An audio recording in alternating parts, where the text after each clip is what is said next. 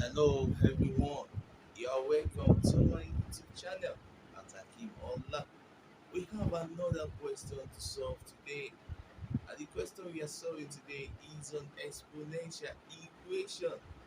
Let's solve the question on the board right now. Solution: we are given 2 raised to the power of x, 4 raised plus 4 raised to the power of x is equal to 8 raised to the power of x. We observe that here we have 2 raised to the power of x. 4 is a multiple of 2, and 8 is also a multiple of 2. So we are going to express both 4 and 8 in terms of 2. That means we are going to have something of this nature. We have 2 raised to the power of x plus 4 is 2 raised to the power of 2.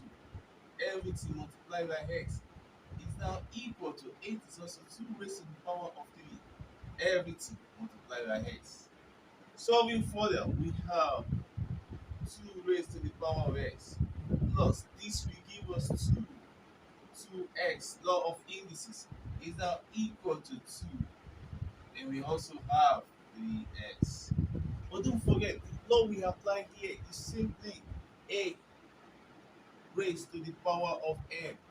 Everything to the power of n. That will give us a m n.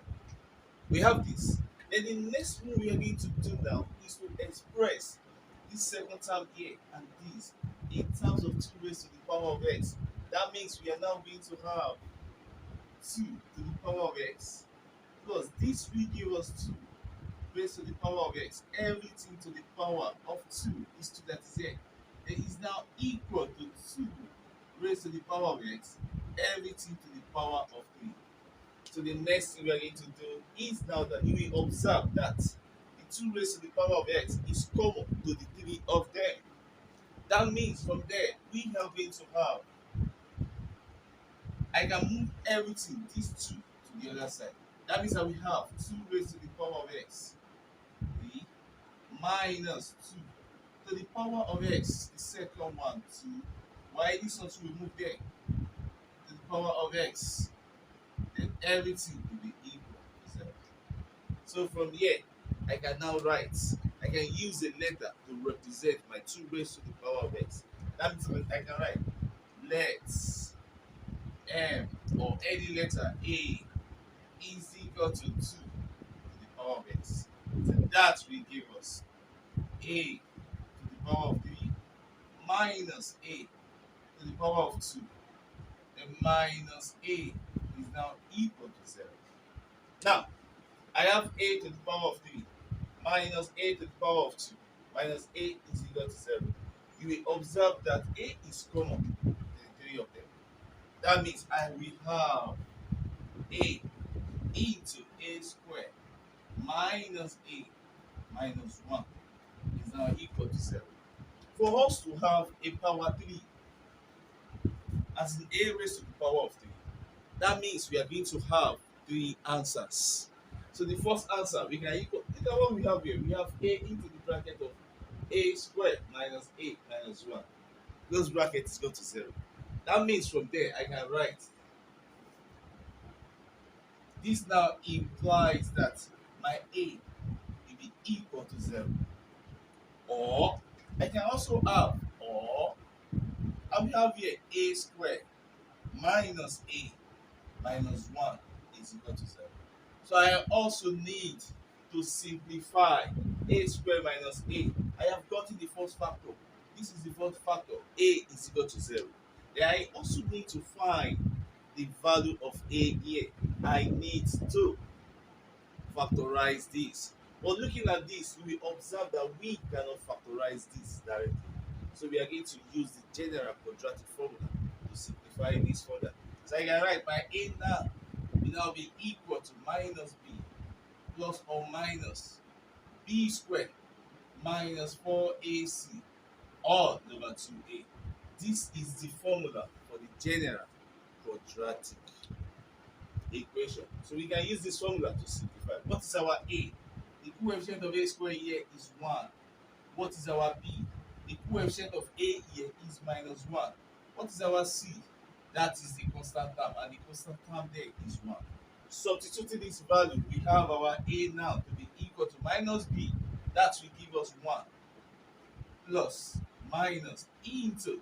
This one will give us, what will this give us? What will this give us? We have minus 1 squared. That will give us 1 minus 4 into a is 1, y b is c is minus 1. We have this everything all over 2 1, and that will give us 1 plus or minus. This one will give us minus minus will give us plus. So I have 1 plus 4 times 1 1 will give us 4. 1 plus 4, that will give us 5 all over 2. Now, looking at this now, we know that our a now will now be 1 plus root 5 all over 2, or 1 minus root 5 all over 2. But mind you, we are going to be working with the real value of a. If you look at this now, which one will give us a positive answer? This will surely give us a positive answer. But if you look at this, the square root of 5 is 2 point something. 1 minus 2 point something will give us a negative answer. So we are going to ignore this because it is going to give us a negative answer, and we need a positive answer. So we can still stick with this. So sticking with this now, going with this now, we are going to have our a. Remember, from the original question, there was nothing like a. We are the one that introduced that a into the question. So we have to go back to the relationship between the 2 raised to the power of x that is in the question and the a. So I'll now write but a, or you can recall a is equal to 2 raised to the power of x. Now we have gotten 2 values of a. We have this and we also have this. That means we are going to simplify. We are going to get the value of x for the 2 of them. The first one I'm going to have is 0 is equal to 2 raised to the power 2 raised to power x. If 0 is equal to 2 raised to power x, so what will be our answer? Our answer will obviously give us 0.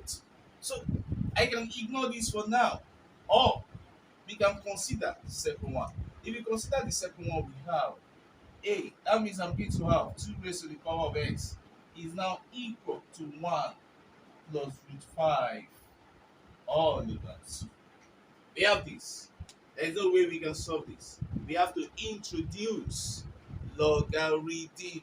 So if you introduce log now, the base we are going to use for this logarithm will be base 2. That means I'll express this one in terms of log 2. I will also express this one in terms of log 2. That means I'm going to have log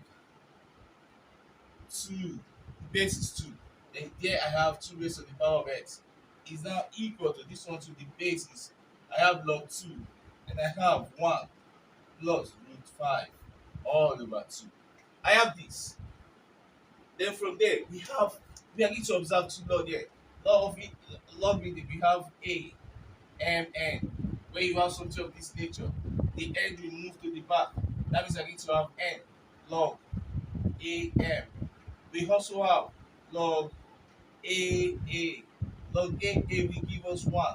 That means we should do that there. Here we are going to have x log 2 2 will now be equal to log 2 1 plus root 5 all over 2. So here log 2 2, which is similar to this, will surely give us 1. That means the whole of this is 1.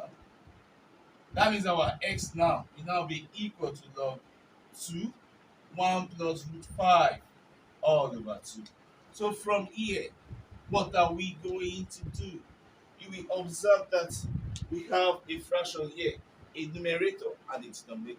That means our x now will now be equal to log 2 1 plus root 5. Then I can have here minus log 2. This one now will now go with the denominator, which is 2. And based on what we discussed earlier, this one here will give us 1. So our x now will now be log 2 1 plus root 5 minus 1. this is the value of x that is going to give us a real value. We have this and we have the other one, x is equal to 0. So we are going to stop here for now and we take it up from here next time. God bless you. God bless me. We move.